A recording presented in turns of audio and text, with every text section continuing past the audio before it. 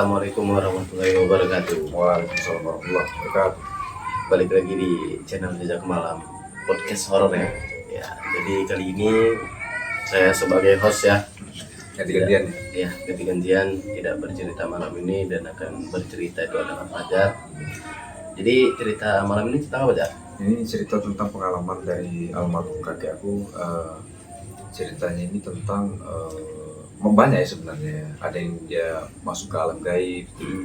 Pokoknya intinya itu dia mengalami kejadian-kejadian mistis lah. Oh, jadi kayak urban legend gitu lah ya. Ada juga urban legendnya. Oh, gitu. Oke, jadi tanpa berbahasa-basi lagi langsung kita masuk ke inti ceritanya. Oke.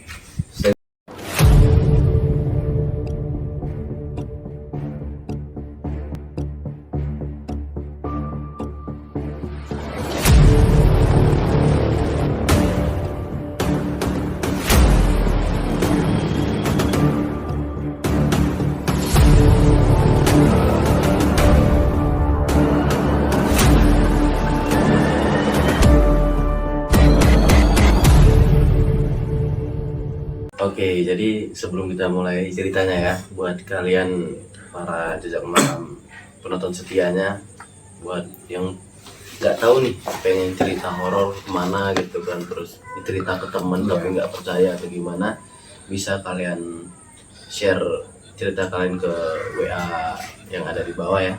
Itu kalau nggak catat aja nomornya. 082268372586. Telegram mana?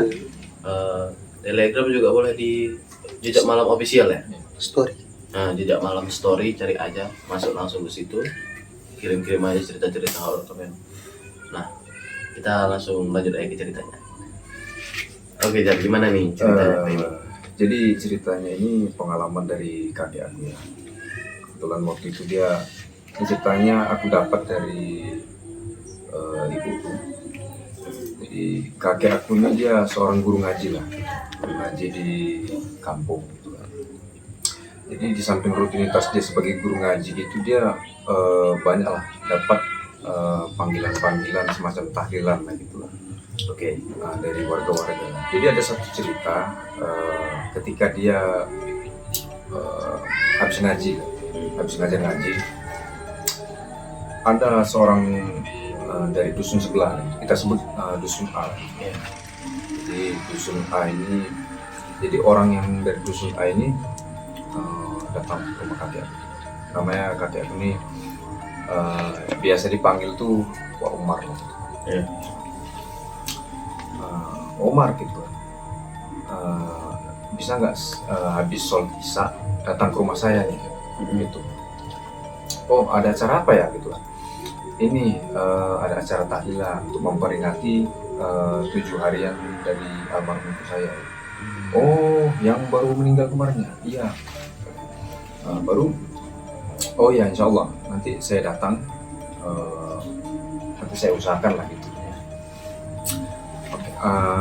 Singkat ceritanya, prepare lah gitu. Oke.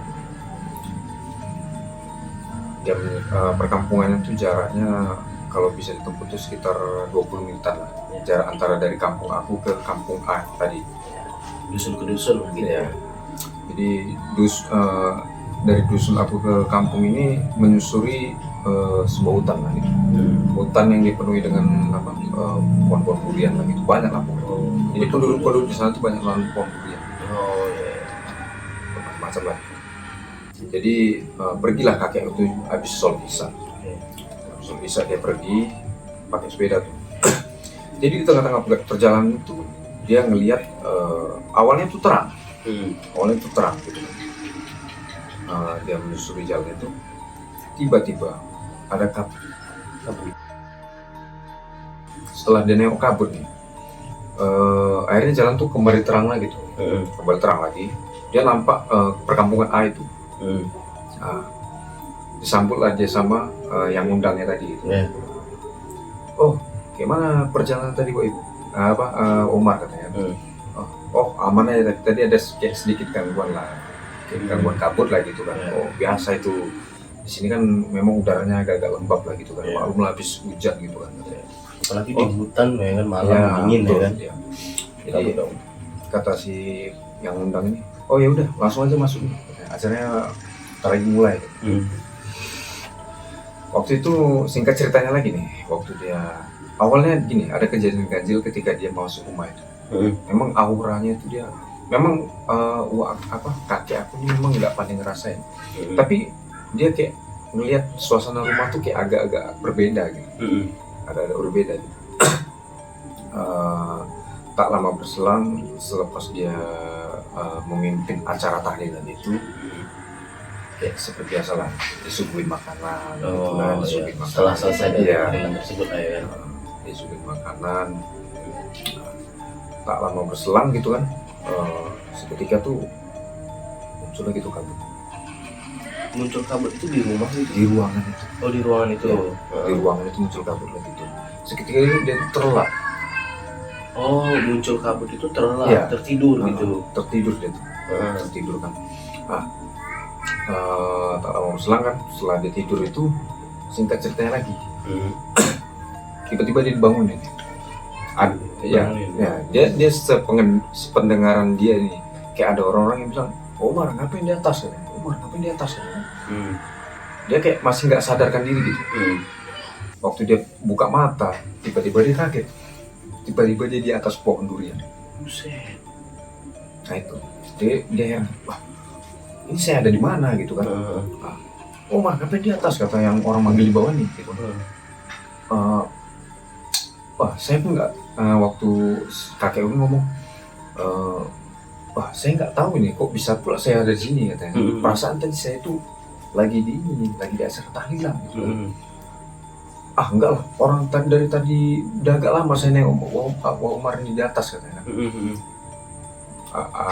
Selepas dari itu dia turun lagi, dibantu sama warga setempat gitu.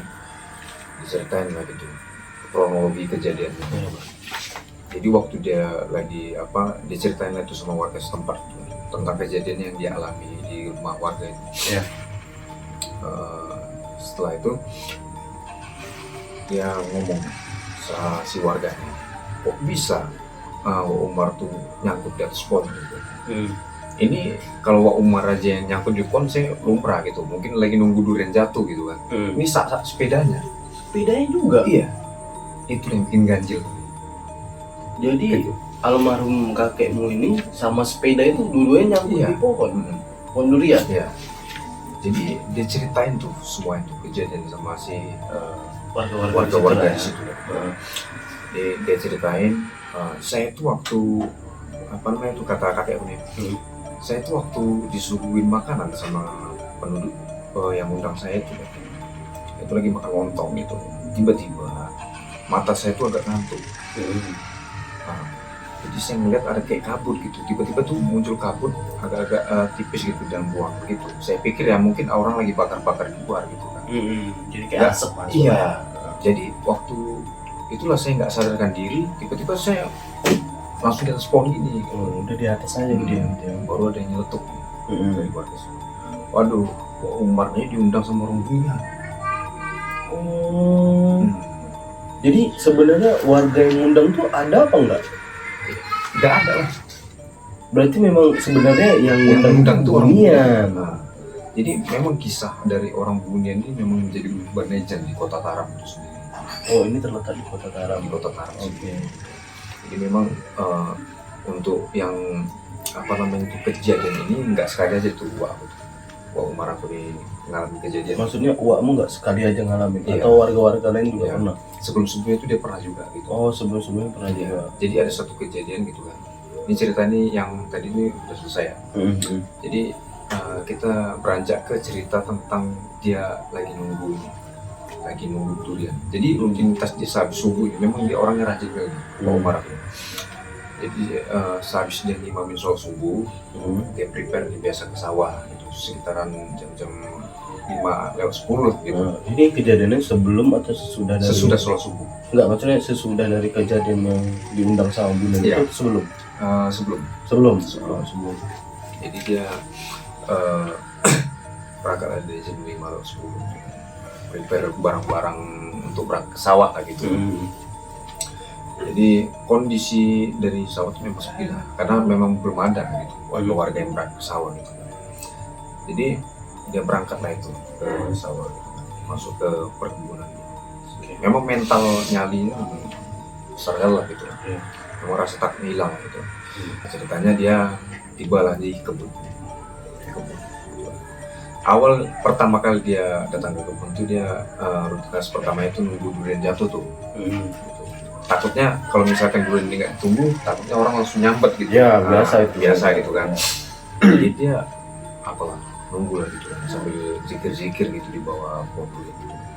Ya posisi itu ngeringkuk kayak ini. Ngeringkuk. Sepersekian menit lah gitu kan.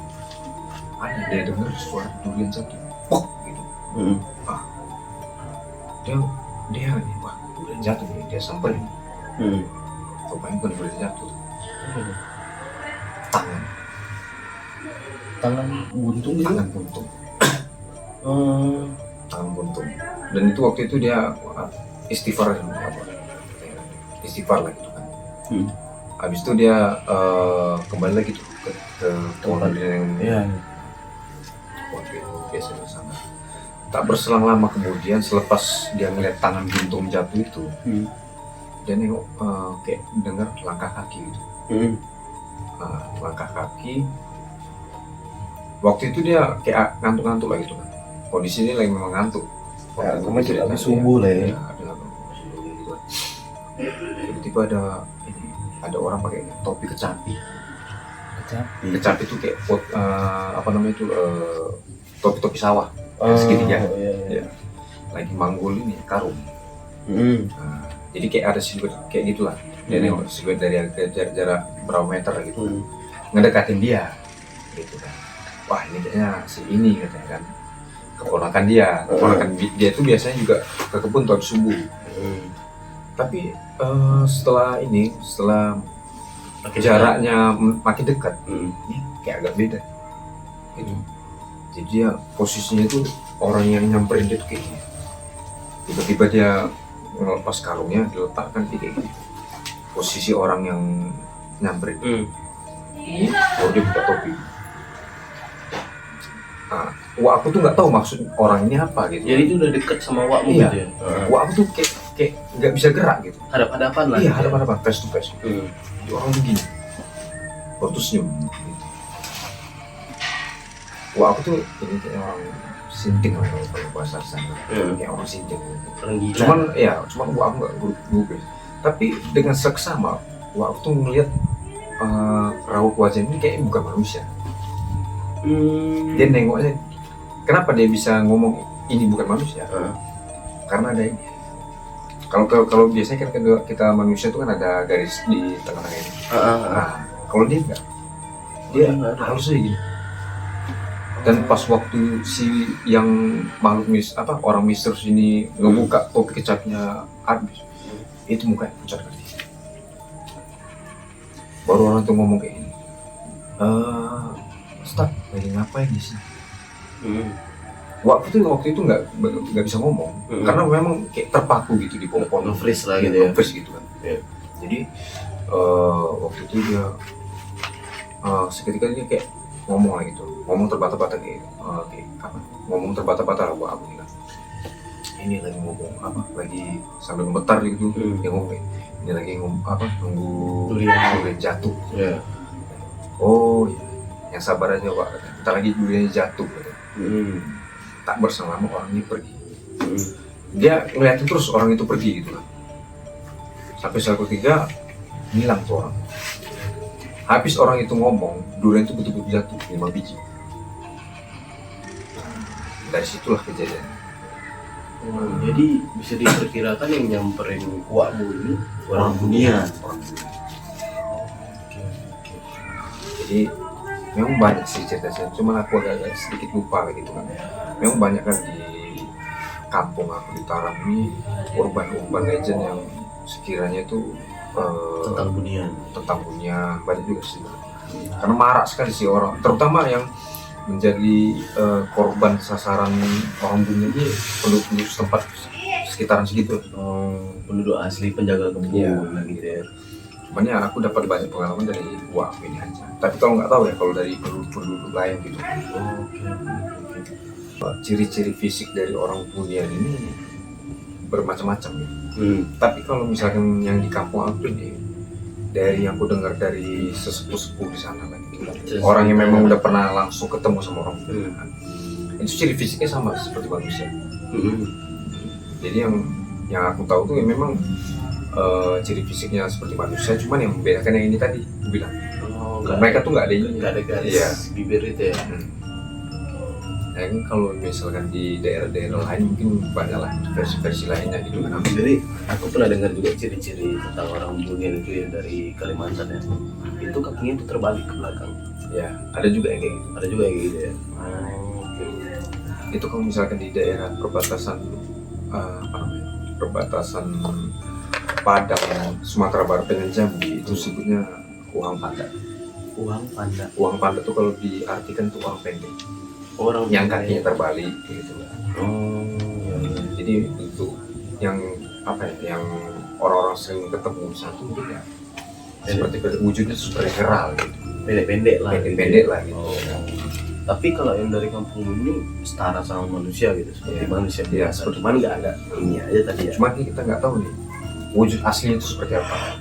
Mungkin mereka berkamuflase menjadi manusia gitu kan, untuk menutupi wujud asli mereka gitu, supaya manusia ini kalau ketemu mereka tuh nggak takut. Karena di tempat lain pun beda-beda ya. Iya, berbeda-beda juga. Jadi selain dari urban legend tentang Bunian ini, apalagi nih cerita horor yang mungkin terjadi di kampung di Taram gitu ya, Taram. Ada juga ini satu cerita dari almarhumnya paman umiku gitu kan. Jadi sama juga lah, beliau ini ustadz lah gitu kan. Jadi setiap malam tuh ya dapat itu undangan tahlilan gitu. Jadi ini sering balik malam nih. Jadi dapat undangan di satu desa lah gitu. Jadi ketika dia pulang seperti biasa lah gitu, jalur yang biasa dia pulang itu rumah gitu kan, rumah dia kayak akses untuk menuju rumah dia itu melalui kuburan dulu. Harus melalui kuburan. Sebenarnya ada akses lain, cuman agak jauh. Jalannya agak jauh. Ya, kita sebut aja lah ini kakek aku ini namanya Ustaz Somad. Dia memang dipanggil Ustaz Somad lah sama kakek. Almarhum juga beliau. Jadi cerita itu harus balik tahlilan nih, sekitaran.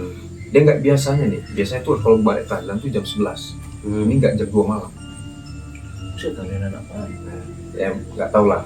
Mungkin dia nongkrong dulu sama kawan-kawannya, pas dia baca kopi lah gitu kan. Dia balik gitu kan. Dia tahu nih urban legend dari kampung itu gitu kan. Ya ketika dia pulang menyusuri jalan kuburan itu, kondisinya memang gelap kan. Memang kuburan lama lah gitu. Kuburan kampung kan beda ya sama kuburan kota. Sepuh kampung memang kubur di situ lah. Nah, ketika dia lewat kuburan itu, dia kayak ngedenger kayak suara kerasa gerusuk. Kerasa gerusuk dari atas kuburan itu. Ini mungkin penjaga kuburan nih. Lagi nyiapin pemakaman lagi. Kebetulan pas maghrib sebelum dia berangkat tahlilan itu memang ada pengumuman orang meninggal. Warga setempat meninggal. Jadi mungkin dia berpositif, mungkin tukang gali kubur nih, nggak siap-siap nih gali kuburan gitu kan. Ini tanahnya keras. Iya, gitu. Memang kontur tanah di kampung itu agak sedikit keras. Jadi dia lewat, pas dia telusuri, dia orang ini ibaratnya mudah bergaul semua. Jadi dia penasaran nih gimana sih kinerja orang dari kubur ini. Dia penasaran nih gitu kan. Disamperin. Pas dia samperin, ternyata bukan tukang gali kubur. Jadi dia lihat dari jarak sekitaran beberapa meter gitu. Dia tengok ada cewek lagi baring, telanjang. Itu rambutnya aura-aura. Jadi kakek aku nih ngomong, cerita si Umi aku nih bahwasanya dia nggak pernah nih nengok orang-orang gila. Dia hafal betul orang-orang gila yang ada di Kampung lah ya. di kampung aku tuh. Siapa-siapa ini kok baru kejadian begini. Ini kok aku baru nengok pas ditelusuri, pas dia ngedekatin nih si yang cewek lah, rupanya bukan manusia. Jadi ada satu, jadi urban legend di kampung kami ini nyebut itu Cindai. Cindai. Jadi Cindai ini agak-agak mirip sama kuntilanak, cuman dia bedanya itu ya di apa namanya? Dia ini gampang-gampang tukar wujud kan. Oh, bisa berganti-ganti Iya. rupa lah ya. Namanya setan lah itu. Iya, iya. Setelah dia istighfar tuh, astagfirullahaladzim, Cindai rupanya. Jadi sehabis itu dia pulang, cuci kaki apa segala macam. Pas dia di rumah, ada yang ngetok-ngetok. Si Cindai itu. Betul. Jadi Ikutin sampai rumah. ngikutin sampai rumah. Buya, tolong saya. Katanya. Dia manggil. Dia ngetok pintu tuh. Oke. Akhirnya, memang kakek paman dari ibu ini memang agak berani. Dia samperin, dia buka pintu. Dia agak sedikit buka pintu. Dia nengok itu kan. Jadi si Cindai ini agak menunduk. Enggak. Posisinya dia berpakaian atau masih Masih telanjang? aja. Oke. Cuman rambutnya itu sampai ke bawah. Oh iya. Sampai ke bawah itu kan. Jadi waktu itu si Cindai ini ngomong, si makhluk ini ngomong, Buya tolong saya katanya. Apa? Nolongin apa katanya? Ini tolong cari ini pakaian saya katanya. Emang pakaian kamu kemanain gitu kan? Nggak tahu, tadi saya taruh di kubur, hilang aja gitu kan. Saya nggak mau berurusan sama yang kayak gitu katanya. Udah pergi kamu kan, kamu bukan manusia katanya kan. Aduh, baru tolong saya Buya katanya. Maksa dia. Akhirnya apa namanya itu, Pak Umi aku ini buat air doa gitu. Buat air doa, dia cipratin di pintu lah gitu. Akhirnya hilang. Sosok kecil si Hilang. Cindai itu. Iya. Baru istrinya bangun nih. Istri bangun. Ada apa Mbah katanya? Enggak, ini biasa si Cindai. Oh, berulah lagi dia katanya. Itu biasa tuh. Setiap kau keluar malam katanya kan, itu selalu ngetok-ngetok pintu rumah tuh katanya. Aku nggak berani tuh ngadepin dia sendirian. Emang iya, tiap malam dia ngetok pintu katanya. Iya, dia nyari-nyariinmu terus itu katanya. Aku pikir waktu pertama kali dia ngetok pintu, aku pikir warga lah gitu kan. Mungkin saudara kita yang ngetok pintu kan. Pas aku intip dari jendela, rupanya Oh, jadi si Cindai ini rupanya itu udah diketahui semua warga yang ada di situ. Iya. Tapi dari beda-beda ya, setiap warga yang ketemu sama Dijumpain dia beda-beda. Tapi yang kalau ketemu sama kalian kita terlalu lancar. Oke. Terus untuk kejadian ini kan bisa dibilang pas almarhum kakekmu ketemu dia itu sekitar jam 2 malam. Iya. Berarti ketika di rumah kemungkinan itu sekitar jam 2 atau jam 3-an lah ya. Nah, jadi pas almarhum kakekmu ini keluar dan istrinya yang ada di rumah sendiri itu sekitar jam berapaan? Itu sekitaran jam-jam biasanya ditaruh sebelum Buya tahu ya. Sekitar jam-jam satuan. Oh, satuan. Oh, karena memang almarhum dari kakek ini pulangnya biasanya jam segitu Ya, gitu kan. Ini Mbak agak lambat kan nongkrong itu mungkin. Ya. Oke. Jadi memang kisah dari Cindai ini memang sangat-sangat menggemparkan penduduk-penduduk di Kota Taram itu sendiri. Memang kalau kita datang ke kota itu, orang kalau kita tanya, wah Cindai, orang udah gak asing lagi. Mas, ini kategori nggak asing ini mereka tuh ketakutan Karena udah banyak yang nengok, udah pernah banyak yang ngeliat. ya mereka tuh ketakutan dengan sosok ini atau memang udah biasa lah gitu. Kayak ya pertama takut lah pasti. Kalau untuk orang-orang awam yang baru pertama kali ketemu itu pasti takut lah gitu. Yang nggak kuat imannya gitu kan, pasti takut. Yeah. Tapi kalau orang-orang yang kayak berani gitu, mental nyalinya ada, mungkin kayak udah biasa lah gitu. Dia lagi gitu. Jadi banyak lah cerita-cerita dari Cindai itu. Oke. Mungkin ya segitu aja lah dari urban legend yang Oke. di Kota Taram itu. Jadi lumayan mengerikan juga ya cerita korban legend. Sebenarnya banyak, cuman kalau misalkan teman-teman di rumah pada penasaran dengan korban legend yang ada di kota Taram, bisa nanti aku gali-gali lagi nih. Iya, kita bikin dari part 2 nya aja ya, part gitu. 2 aja. Oke guys, jadi cerita yang cukup menarik dan cukup seram ya tentang urban legend Bunian Iya, dan Cinda yang ada di kota Taram deh. Taram. Taram itu di Padang ya? Taram tuh di daerah Payakumbuh. Payakumbuh. Iya, Ya. termasuk Payakumbuh Taram. Mungkin ada penonton jejak malam yang masih ada gitu di kota Taram ini atau di dusun Taram ini, boleh komentar aja di itu. Terus kalau ada cerita-ceritanya juga boleh juga tadi ke Link WA, Telegram. ya, WA dan Telegram. Instagram kita juga ada Jejak Malam Official 06. Jadi mungkin buat kalian yang pengen dengar cerita-cerita seram lagi tentang kota Taram ya, jadi si Fajar mungkin bakal agak gali lagi cerita ini, ditunggu part 2 nya ya gitu kan. Jadi cukup sekian aja untuk cerita podcast horor pada malam hari ini. Tetap stay tune dan stay seram guys. Assalamualaikum warahmatullahi wabarakatuh.